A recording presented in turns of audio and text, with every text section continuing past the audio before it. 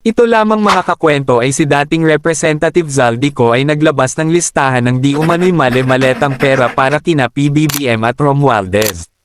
Inilabas ni dating Ako Bicol Representative Zaldico ang isang dokumento na naglalaman umano ng detalyadong listahan ng mga deliveries ng cash na ayon sa kanya ay para kay Pangulong Bongbong Marcos at dating Speaker Martin Romualdez.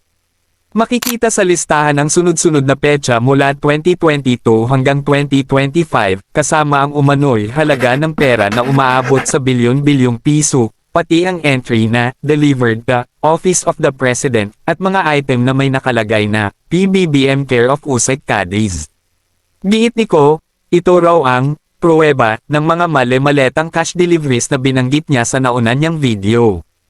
Hindi pa beripikado ang dokumentong ito, at wala pang pahayag ang Malacanang at kampo ni Romualdez hinggil dito sa oras ng paglalathala. Kung kayo ang tatanungin mga kakwento, totoo ba ang listahan na hawak ni dating Representative Zaldico?